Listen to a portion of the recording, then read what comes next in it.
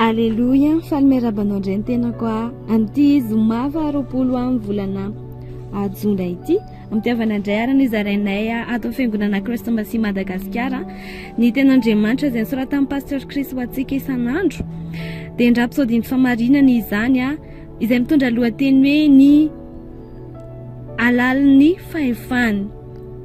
Ny ten'Andriamanitra ao marika 9:7 hoe ary izao famantarana izao no anaraka izay mino amoaka demoni amin'ny anarako izy iteny amin'ny fiteny izay tsy mbola hainy izy. Hoy ny fanazavan'ny lelan'Andriamanitra hoe tena mahafinaritra izany. Nomeny Jesosy tompo fahefana amin'ny devoly rehetra isika. Nomeny antsika koa ny fahefana ho mpisolo teny ny zo ara-dalàna mpiasa ny anarany mba hanao zavatra amin'ny toerany. Raha lazaina amin'ny teny hafa dia izao hoe na dia vao izao maraina izao ary ianao no nanolotra ny fiainanao an Kristy dia manana zo ara-dalàna fahefana handroaka demoni amin'ny anaran'i Jesosy ianao. Amen. Maro indray ny teny mpampianatra hoe ary izao famantarana izao nanaraka izay mino amoaka demoni amin'ny anarako izy. Ao Marka 9:7. Izany ny zavatra voalohany nolazainy fa afaka ataontsika amin'ny anarany. Izy tsy nilaza fa ho an'ny olona vitsivitsy dia izay voafidy toy ny evangelista, mpaminana, pastera ihany tsy fa an'izay rehetra amin'ino afaka mihetsika amin'izay teny izany avy hatrany ianao na dia izao ary dia hamokatra izany. Ankehitriny ny fanontaniana manan-danja apetraka dia hoe ohatry ny ahoana ary ny haben'ny fahefana ampiasainao rehefa omena fahefana hisolo-tena ianao.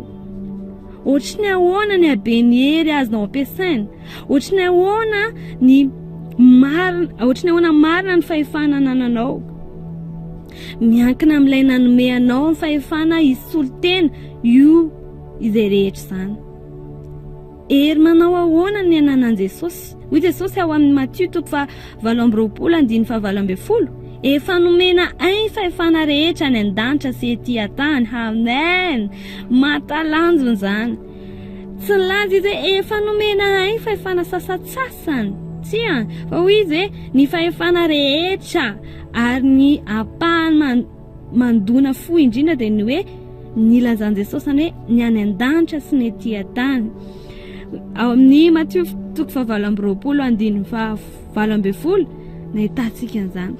Midika izany fa manaiky an'i Jesosy ny anjely rehetra, manaiky an'i Jesosy ny demoni rehetra, ny zavatra rehetra, misy na ny mananaina na tsy mananaina, na ny fomba fiasa eto amin'izao tontolo izao, na ny rafitra na ny dinga na ny fanjakana, na ny fiandrianana na ny fitondram-panjakana sy ny sisa dia ho ambany fahefan'i Jesosy daholo izany. Ny apôstôly Paoly dia milaza amin'ny teny fohy ny alalan'ny fahefan'i Kristy sy ny fahefana natokana ho an'ny fiangonana ao amin'ny Efesiana 2:2-20 izao ny voalaza hoe avy amin'ny Kristy izao hery rehetra izao. Andriamanitra nanangana azy tamaty ka nametraka azy teo amin'ny seza fiandrianana any amin'ny lanitra ambony. Miandraikitra ny fitantanana an'izao rehetra izao izy manomboka amin'ny vaindain-danitra ka hatramin'ny fanjakana tsy misy anarana na fahefana afa-tsy ao amin'ny fanapahana. Ary tsy amin'izao fiainana izao ihany fa mandrakizay izy no miandraikitra ny zavatra rehetra, manana ny teny farany amin'ny zavatra rehetra, izy no ivohan'ny zavatra rehetra. Kristy no manapaka ny fiangonana. Inona ianao no mahita ny fiangonana dia tsy ao anatin'ny rafitra izao tontolo izao fa izao tontolo izao dia ao anatin'ny fiangonana. Ny fiangonana dia ny tenin'i Kristy izay itenenany sy etsehany, izay amenony ny zavatra rehetra amin'ny fanatrehany. Isaorana ny Andriamanitra. Amen. Amen. Mena fa tena nahazavatra ianao tamin'ny fizarana andra-episody androany.